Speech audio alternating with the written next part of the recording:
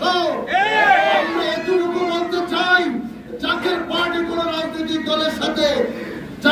দলের সাথে কখনো কোনো সম্পৃক্ত রাখে না। বলছি, বাংলাদেশের বিভিন্ন জায়গায় সভা সমাবেশ হচ্ছে, মিছিল হচ্ছে।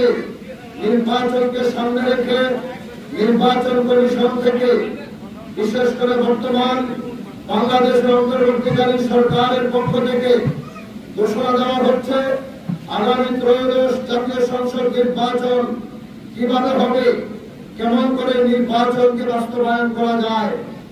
আমরা নির্বাচন আসতেছে, আমরা নির্বাচনকে আমরা স্বাগত জানাই।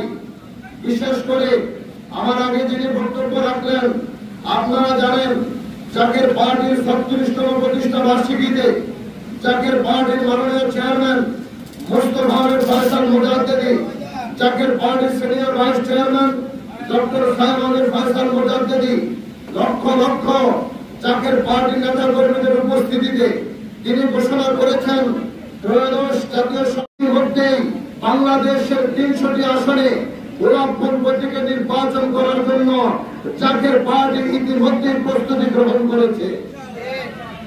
তাই আজ দেশবাসীর উদ্দেশ্যে আমাদের আহ্বান হলো, হয়তো আপনারা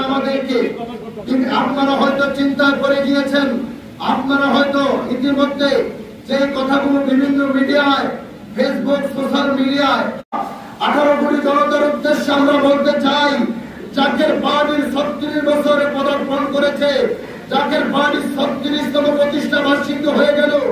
আমরা আপনাদেরকে বলতে চাই, এই 36 বছরের ইতিহাসে জাকের পার্টি কখনো কোন রাজনৈতিক দলের সাথে, কখনো কোন জোটে তারা সম্পৃক্ত হয় নাই।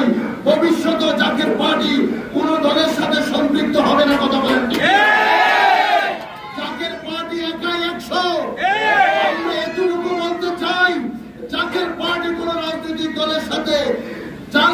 দলের সাথে কখনো কোনো সম্পৃক্ত রাখে না। বরঞ্চ জাকের পার্টি এমন একটা জায়গায় অবস্থান করতেছে, আপনারা দেখলে জানলে খুশি হবেন।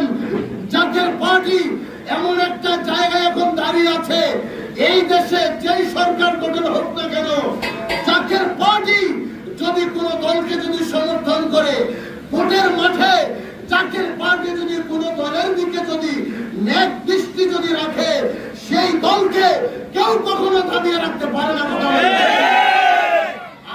কোন মা ভয় পাবে না আমার ছেলে যে ভোট কেন্দ্রে গেল বাড়িতে নিরাপদে ফিরে আসতে পারবে কিনা, কারণ সে ভোট কেন্দ্রে গেল একজনকে ভোট দিতে, সেখানে তার আরেকজনকে ভালো লেগেছে, ভোট দিয়েছে, বাহিরে আসতে কোনো আতঙ্ক হওয়ার কোনো সুযোগ নাই। তার কারণ ব্লকচেন পদ্ধতি হচ্ছে আপনি দোকানে বসে আপনি ভোট দিবেন।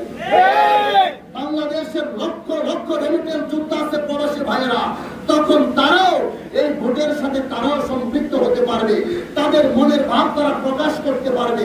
ব্লকচেন পদ্ধতি আনহ্যাকেবল, এটা কেউ হ্যাক করতে পারবে না। কেন জানেন?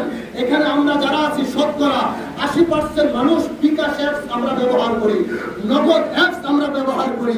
আপনি বিকাশের মাধ্যমে লক্ষ লক্ষ টাকা লেনদেন করতেছেন, কেউ কিন্তু আপনার টাকার খোঁজখবর রাখে না যতক্ষণ পর্যন্ত আপনার পাসওয়ার্ড হ্যাক না হবে। ঠিক ব্লকচেন পদ্ধতিতে যদি নির্বাচন হয়, একটার জায়গায় কেউ 2টা ভোট দিতে পারবে না,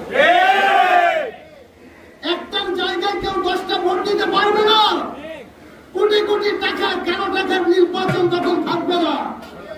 বর্তমান প্রক্রিয়া যে নির্বাচন হচ্ছে, এর চাইতে কোটি কোটি টাকা বেশি কম খরচ হবে, কোটি কোটি টাকা কম খরচ হবে, দেশের সম্পদ রিজার্ভ থাকবে। আগামী নির্বাচন যদি